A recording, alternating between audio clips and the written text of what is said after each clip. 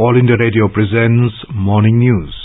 Good morning, I'm Abhishek Mukhopadhyay and with me is Prashant Kumar Sinha.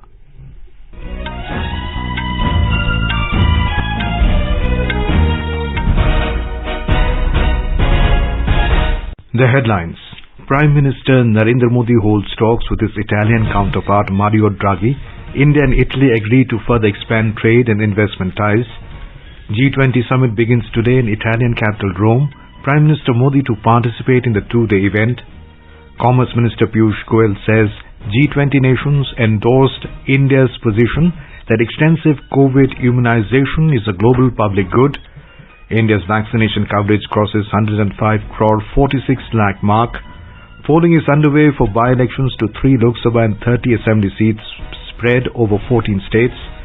President Ramnath Kovind inaugurates housing scheme for economically weaker sections at Bhavnagar in Gujarat. DRDO and Indian Air Force successfully flight test long-range bomb. India's ace shuttler PV Sindhu storms into the semi-finals of the women's singles event in the French Open badminton tournament. And in T20 Cricket World Cup, Pakistan beat Afghanistan by 5 wickets in Dubai.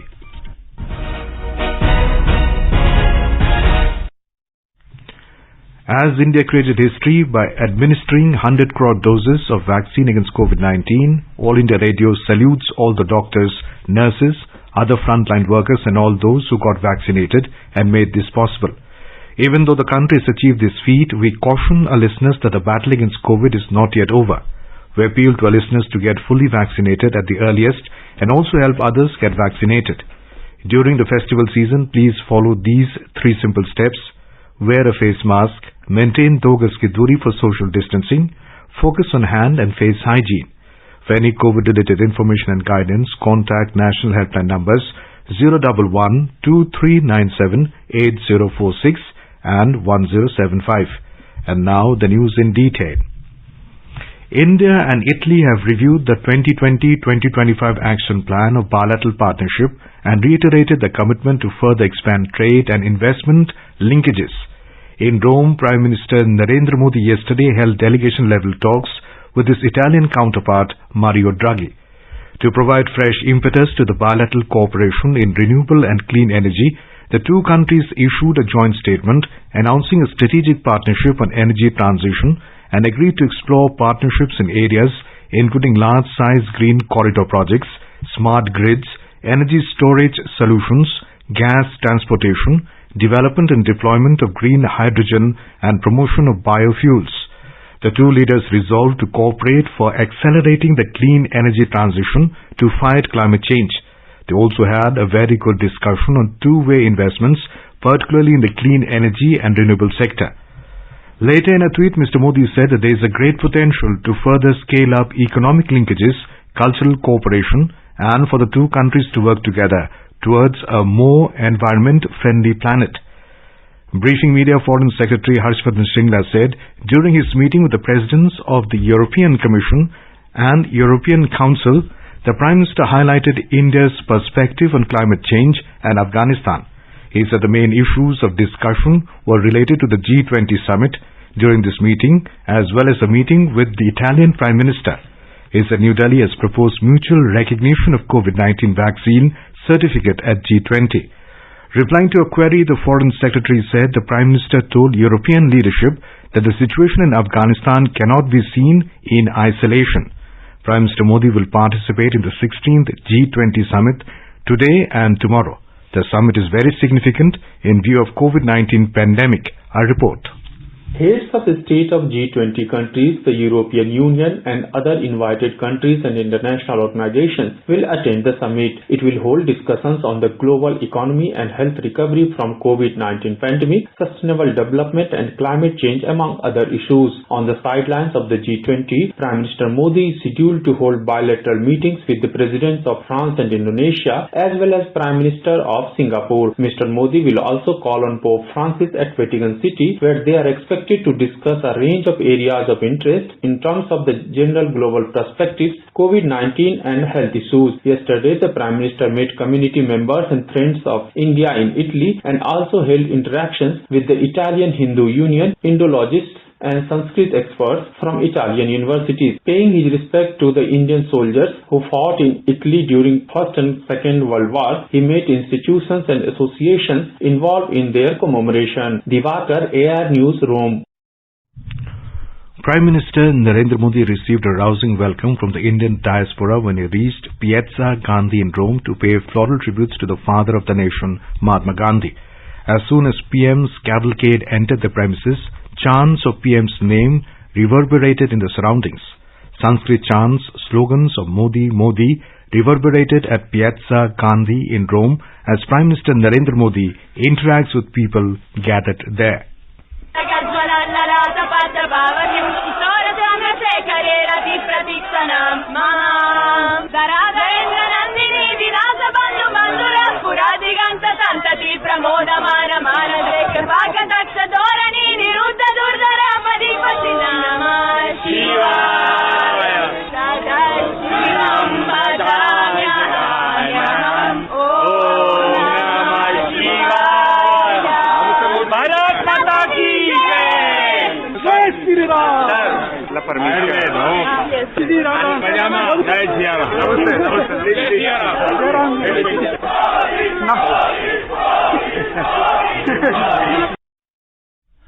Commerce Minister and India's G20 Sherpa Piyush Goyal has said that G20 nations have endorsed India's position that extensive COVID immunization is a global public good.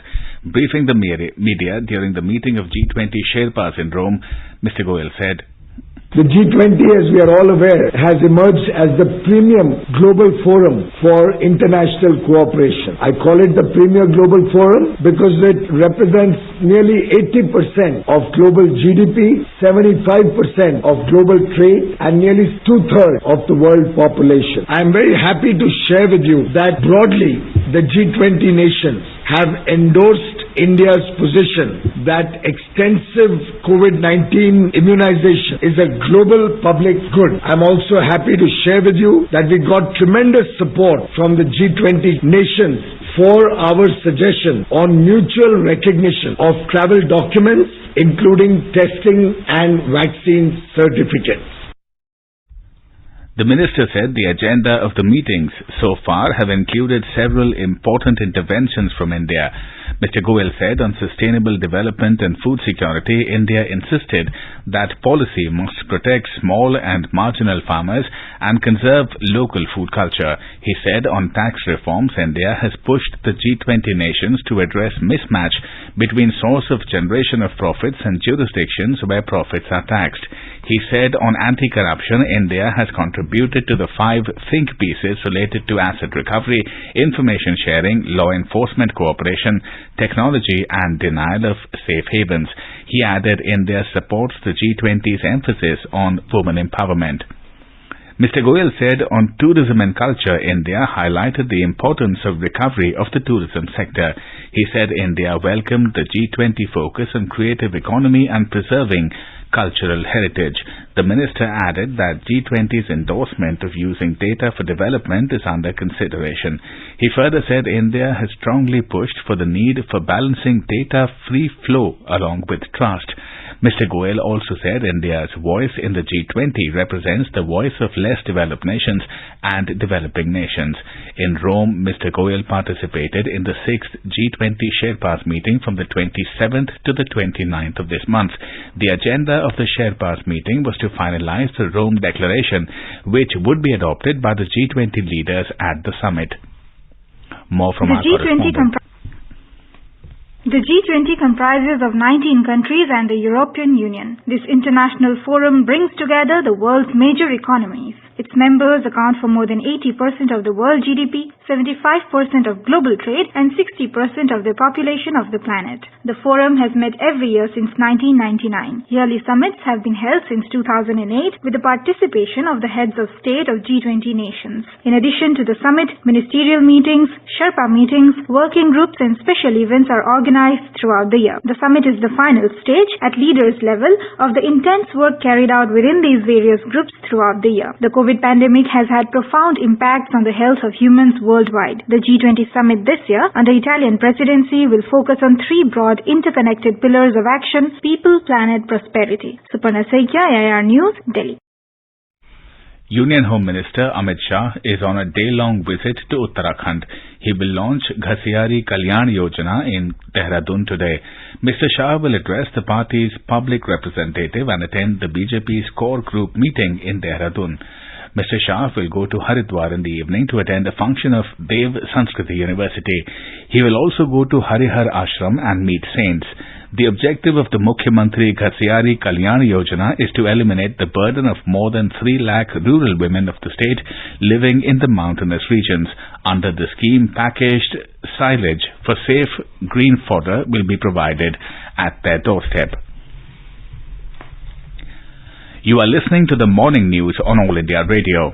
A reminder of the headlines before we move on. Prime Minister Narendra Modi holds talks with his Italian counterpart Mario Draghi. India and Italy agree to further expand trade and investment ties. G20 summit begins today in Italian capital Rome. Prime Minister Modi to participate in the 2-day event. Commerce Minister Piyush Goyal says G20 nations endorsed India's position that extensive COVID immunization is a global public good. India's vaccination coverage crosses the 105 crore 46 lakh mark. Polling is underway for by-elections to 3 Lok Sabha and 30 assembly seats spread over 14 states. President Ramnath Kovind inaugurates housing scheme for economically weaker sections at Bhavnagar in Gujarat. DRDO and Indian Air Force successfully flight test long-range bomb. India's ace shuttler PV Sindhu storms into semi-finals of women's singles event in French Open badminton tournament. And in T20 Cricket World Cup, Pakistan beat Afghanistan by 5 wickets in Dubai. For quick news updates round the clock, follow us on our Twitter handle at AIR News Alerts. President Ramnath Kovind inaugurated a housing scheme for economically weaker sections at Bhavnagar in Gujarat yesterday evening. He also handed over the keys of the flats to several beneficiaries. A total of 1,088 affordable houses have been constructed by Bhavnagar Municipal Corporation under the Pradhan Mantri Awas Yojana. These one-bedroom hall kitchen dwelling units have been constructed by the BMC at the cost of 62 crore 97 lakh rupees. Speaking on this occasion, President Kovind expressed satisfaction over the timely completion of the housing projects for the economically weaker sections. Governor of Gujarat Acharya Devvrat, Chief Minister Bhupendra Patel, State Education Minister Jitubhai Bhagani remained present on this occasion along with other dignitaries. Earlier, President Kovind went to Talgajarda village in Mahuva Taluka of Bhavnagar district and visited Chitrakoot Dham, the ashram of Sri Murari Bapu. Mr. Kovind will leave for Delhi today after his 3-day Gujarat visit. The Defence Research and Development Organization DRDO and Indian Air Force have jointly flight tested indigenously developed long-range bomb successfully from an aerial platform. The long-range bomb, after release from the IAF fighter aircraft, guided to a land-based target at a long range with accuracy within specified limits. All the mission objectives were successfully met. The flight of the bomb and the performance was monitored by a number of range sensors including electro-optical tracking system, telemetry and radar deployed by the Integrated Test Range Chandipur in Odisha. The long-range bomb has been designed and developed by the Research Center Imarat, a DRDO laboratory located in Hyderabad, in coordination with other DRDO laboratories. Raksha Mantri Rajnath Singh has congratulated DRDO, IAF and other teams associated with the successful flight trial and stated that this will prove to be a force multiplier for the Indian Armed Forces. Chairman DRDO Dr. G. Satish Reddy in his message to the team said that successful flight test of long-range bomb has marked an important milestone in indigenous development of this class of systems. Polling is underway for by-elections to 3 Lok Sabha and 30 assembly seats spread over 14 states.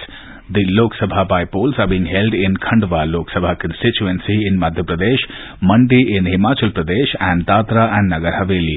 The by-elections to 30 assembly seats are being held in 14 states including Assam, West Bengal, Madhya Pradesh, Himachal Pradesh, Bihar, Karnataka, Haryana and Maharashtra.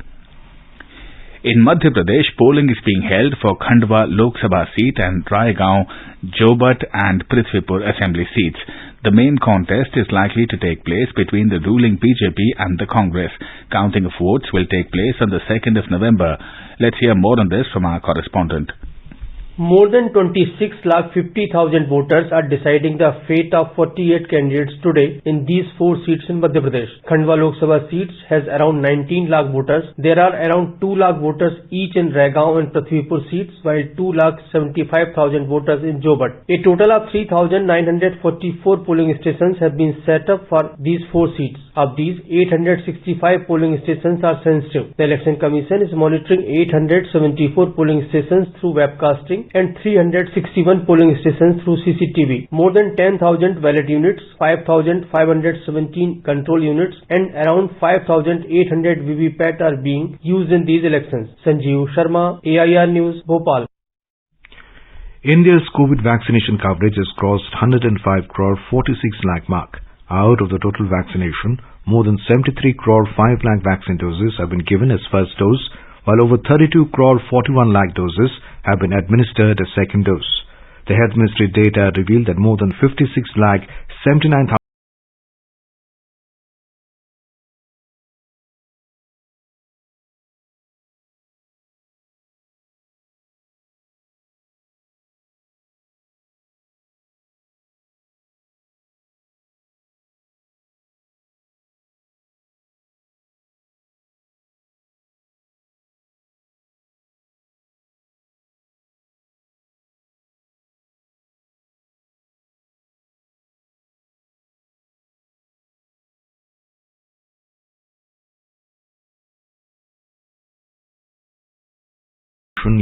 79,000UPSC has declared the result of the Civil Services Preliminary Examination 2021.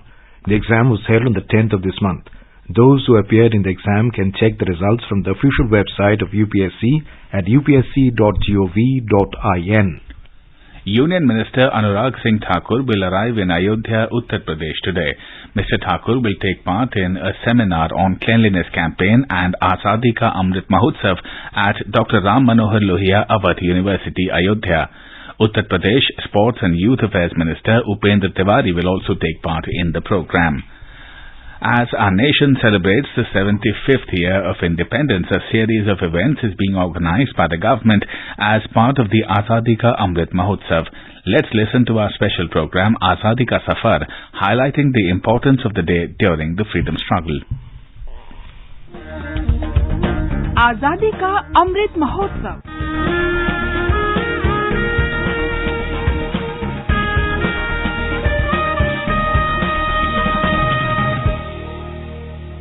Azadi Ka Safar with AIR News. Birth of a Nation. India's glorious freedom struggle is one of the greatest struggles the modern world has ever witnessed. AIR News brings you a glimpse of the struggle every day. 30th October has a great significance in the history of India's freedom movement. On this day in 1928, an incident took place which played a great role in changing the nature of the freedom struggle. The British government sent a 7-member commission to India under the chairmanship of Sir John Simon. The commission was given the responsibility to prepare a report on how well the 1919 Government of India Act was working. There was deep resentment in India over the composition of the commission, as it did not include any Indian delegates. As a result, the Indian National Congress decided to boycott the commission. On 30th of October 1928, the commission was met by protesters waving black flags upon its arrival at the Lahore railway station. The peaceful protest was led by Lala Lajpat Rai, who had moved a resolution against the commission in the Legislative Assembly of Punjab in February 1928. In order to make way for the commission, the local police force began beating protesters. British police officer James A. Scott ordered a lathi charge, and Lala Lajpat Rai was among the protesters injured seriously. Refusing to buckle down, Lala Lajpat Rai said, "I declare that the blows struck at me today will be the last nails in the coffin of British rule in India."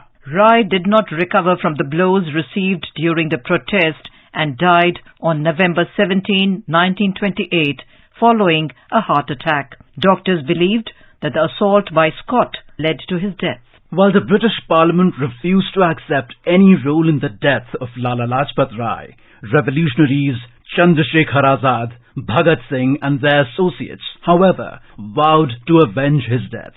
They plotted to assassinate James Scott, the official who ordered the lathi charge. A month after Rai's death, they killed Assistant Superintendent of Police J.P. Saunders, mistaking him for James A. Scott. This incident took place not very far from the National College of Lahore, which was set up by Lala Lajpat Rai in the early 1920s as part of nationalization of education. It was in this college that Bhagat Singh met his comrades-in-arms Sukhdev, Yashpal, Ramakrishna and Bhagwati Charan Vora. Together, they formed a leftist revolutionary party called Naujawan Bharat Sabha. 30th October also marks the death anniversary of Swami Dayanand Saraswati, who founded the Arya Samaj at Lahore in 1877. The Hindu revivalist movement looked to modernize Hinduism by removing some of its corrupting influences and seek the essence of Vedic culture that it believed represented the religion's true form. As an outspoken person, Swami Dayanand strongly resisted social ills and outdated religious practices. In this process, he made enemies, many of whom also tried to harm him. He survived many such attempts till September 29, 1883, when his own cook gave him a glass of poisoned milk. The Swami suffered in pain for a month before he died on October 30, 1883. Though Swami Dayanand was not directly involved in politics, his teachings found a lot of resonance with the freedom struggle. They also influenced and inspired a large number of freedom fighters such as Ram Prasad Bismil, Subhash Chandra Bose, Bhagat Singh and Lala Lajpat Rai. Bhagat Singh was an alumnus of the Dayanand Anglo-Vedic School in Lahore. That brings us to the end of this episode of Azadi Ka Safar with AIR News. See you in the next episode tomorrow.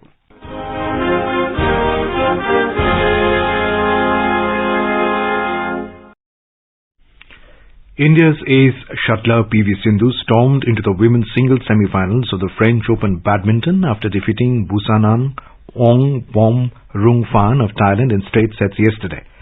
Indian double Olympic medalist defeated the Thai player 21-14, 21-14 in the quarterfinals. Now, world number 7 Sindhu will take on world number 15 Sayaka Takahashi of Japan in the last four clash this evening. However, Lakshya Sen faced a defeat in the men's singles quarterfinal against South Korea's Hyo Kwang-hee 15-21, 17-21.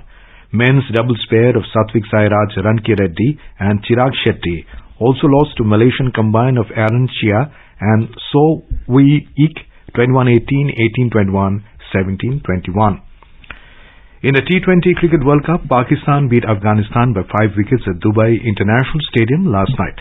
Earlier, in another match, West Indies defeated Bangladesh in a nail-biting finish by 3 runs in Sharjah. In today's fixtures, South Africa will clash with Sri Lanka in Sharjah at 3:30 p.m., while England will take on Australia at 7:30 p.m. in Dubai. All India Radio is broadcasting ball-by-ball commentary of the World Cup matches. As world leaders, civil society, businesses and citizens are set to come together to tackle the problem of climate change at the COP26, the UNDP has released a video to explain what is at stake, titled Don't Choose Extinction. The viral video depicts a dinosaur addressing the UN General Assembly.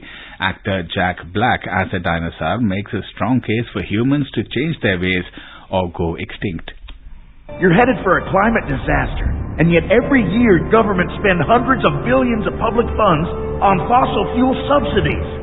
Imagine if we had spent hundreds of billions per year subsidizing giant meteors. That's what you're doing right now. So here's my wild idea. Don't choose extinction. Save your species before it's too late. It's time for you humans to stop making excuses and start making changes. Thank you.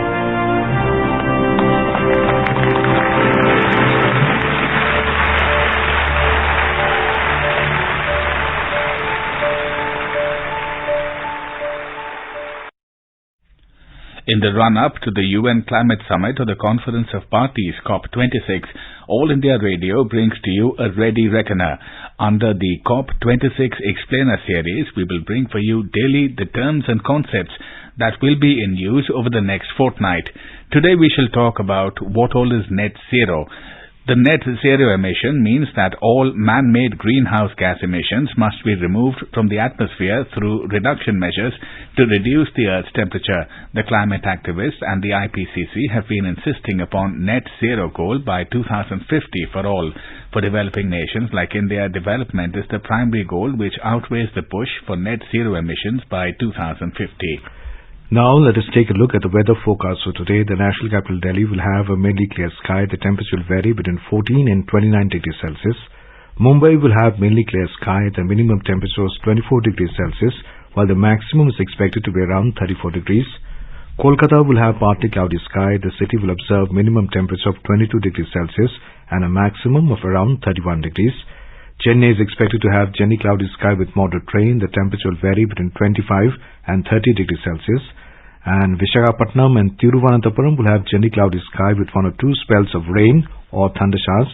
Hyderabad and Bangalore may experience gently cloudy sky with light rain or drizzle.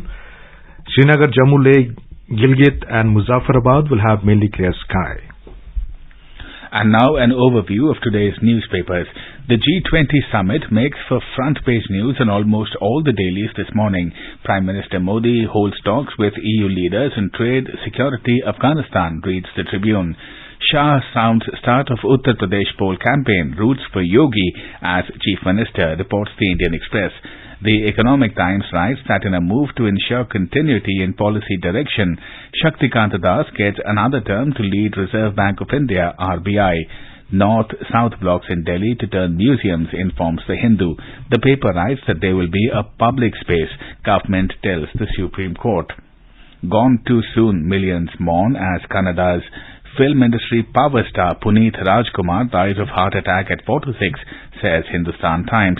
And finally, Wonder Rice may help reduce emissions, offer good yield. Business Standard writes that scientists in Manila are developing new varieties offering this and much more.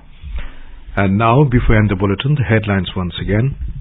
Prime Minister Narendra Modi holds talks with his Italian counterpart Mario Draghi. India and Italy agree to further expand trade and investment ties. G20 summit begins today in Italian capital Rome. Prime Minister Modi to participate in the two-day event. Commerce Minister Piyush Goyal says G20 nations endorsed India's position that extensive COVID immunization is a global public good. India's vaccination coverage crosses 105 crore 46 lakh mark.